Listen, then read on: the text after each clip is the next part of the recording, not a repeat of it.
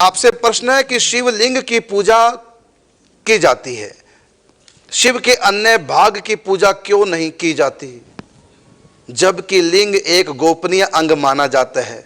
यदि यह बताने योग्य न हो तो न बताएं।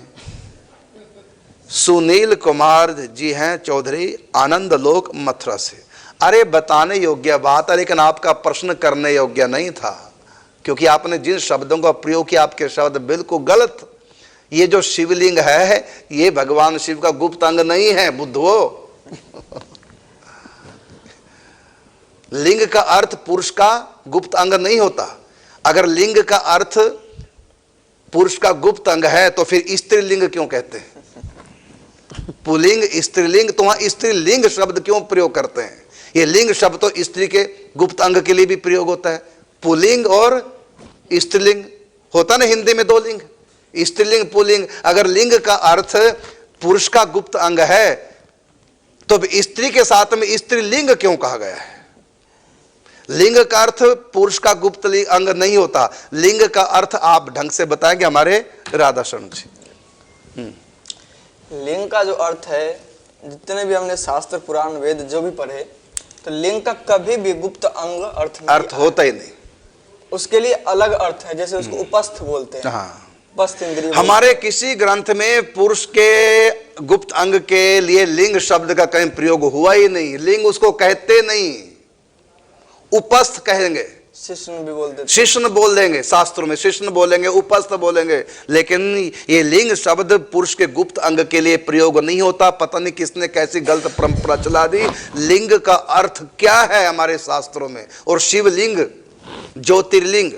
अब लिंग का अर्थ आप बताएंगे? तो लिंग का जो अर्थ है वो है प्रतीक, चिन्ह। चिन्ह। और यहां भी स्त्रीलिंग पुल्लिंग में इसका भी अर्थ प्रतीक होगा। प्रतीक ही है, माने स्त्री का चिन्ह, पुरुष का चिन्ह। स्त्रीलिंग पुल्लिंग, पुल्लिंग का मतलब पुरुष का चिन्ह और स्त्रीलिंग का मतलब स्त्री का चिन्ह। तो यहां भी लिंग का अर्थ चिन्ह ही होता है। यदि लिंग का अर्थ हम पुल्लिंग लगा, पुरुष का गुप्त अंग लगाएंगे, फिर लिंग शब्द स्त्री में प्रयोग हो ही नहीं सकता। लेकिन हमारी हिंदी में देखो, स्त्रीलिंग पुल्लिंग, स्त्रीलिंग शब्द है तो स्त्रीलिंग होगा। अगर हम इसका अर्थ ये लगाएंगे तो क्या फिर स्त्रीलिंग होता है? नहीं। तो यहां भी हिंदी में भी लिंग का अर्थ पुरुष का गुप्त अंग नहीं होता। ये तो न जाने किसने परंपरा चला दी। तो इसका अर्थ है सीधा सीधा प्रतीक या चिन्ह जी। हाँ। अब वेदांत भी मैं पढ़ रहा था, तो वेदांत में आया जो लिंग का क्या अर्थ है।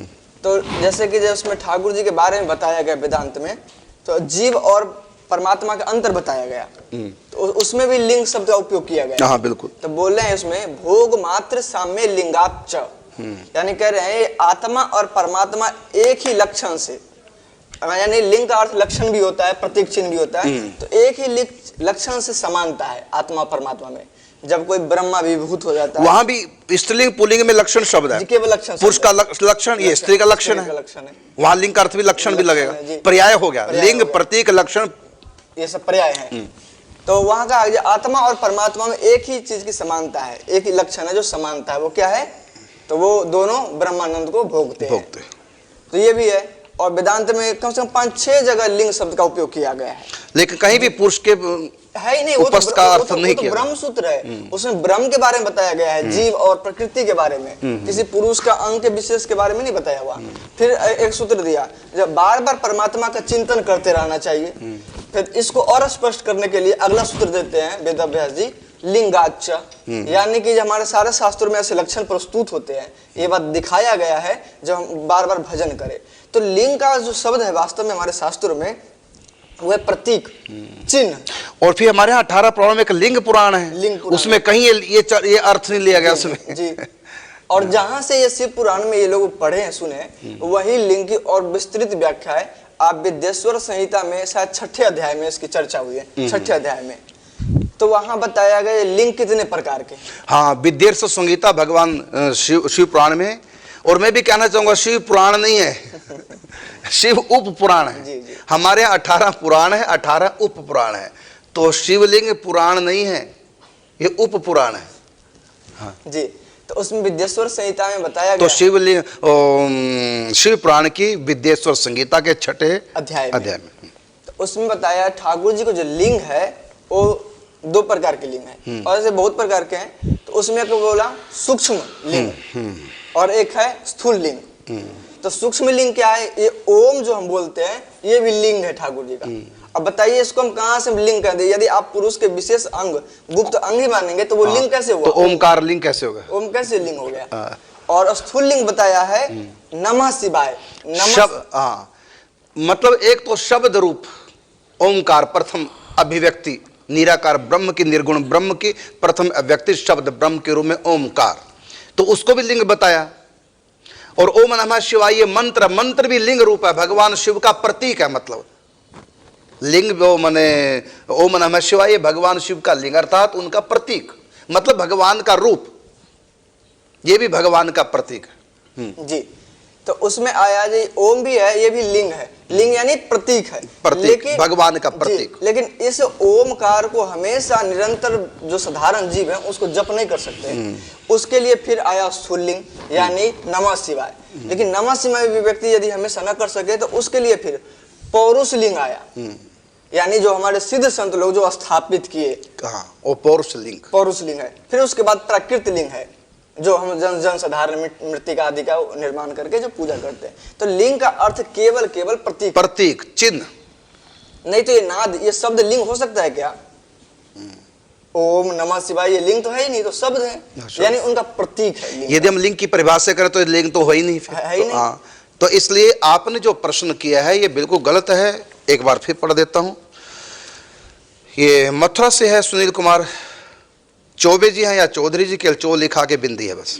इसका चौबे भी हो सकता है, इसका चौधरी भी हो सकता है। चलो हम चौबे पढ़ते हैं। सुनील कुमार चौबे जी हैं आनंद लोक मथुरा से। तो आपका प्रश्न है कि शिवलिंग की पूजा क्यों की जाती है? शिव के अन्य भाग की पूजा क्यों नहीं की जाती है? जबकि शिवलिंग तो एक गोपनीय अंग माना जाता है। ये ग्राम्य भाषा आप बोल रहे हैं, ग्राम्य भाषा में लोगों ने लिंग कहना प्रारंभ कर दिया, जबकि लिंग का अर्थ प्रतीक है, गुप्त अंग नहीं। हाँ, एक बार और कहना चाहूंगा, केवल शिव जी का ही लिंग नहीं है, 5 परमेश्वर है। हाँ, तो ये भौतिक जो भौतिक पौरुष लिंग की जो बात करें, भौतिक जो स्थूल लिंग है माने स्थूल प्रतीक, ओंकार भी लिंग है सूक्ष्म। तो इसी प्रकार मंत्र भी लिंग है। और इसी प्रकार स्थापना जो महापुरुष करते हैं स्वयं प्रकट, उसकी ज्यादा महिमा, स्थापना की उससे थोड़ा कम महिमा। यदि भाव ऊंचा है तो फिर तो भाव की महिमा सबसे ऊंचे है। तो यहां पर सबके प्रतीक है और सबके प्रतीक में समता है, बराबरी, ये दिखाने के लिए कि परमात्मा एक है। अब देखिए शंकर जी की जगह प्रतीक लिंग आप देखते हैं मंदिरों में स्थापित है, उसी आकार का देखिए। अब भगवान श्री कृष्ण का, राम का, नारायण का लिंग क्या मतलब प्रतीक क्या? तो शालिग्राम, सेम शालिग्राम और शिवलिंग सेम। अब इसी प्रकार आप गणेश जी का लिंग देखिए, सुपारी में गणेश जी की पूजा, तो सुपारी को गणेश जी का प्रतीक मान करके पूजा करते हैं, तो उसका भी वही आकार है जो शालिग्राम शिव का है। अब भगवती दुर्गा जी का लिंग देखिए, वैष्णो दरबार जाइए आप, वहां पिंडी रूप में है, महासरस्वती, महालक्ष्मी, महाकाली, 3 शक्तियां दुर्गा की विशेष।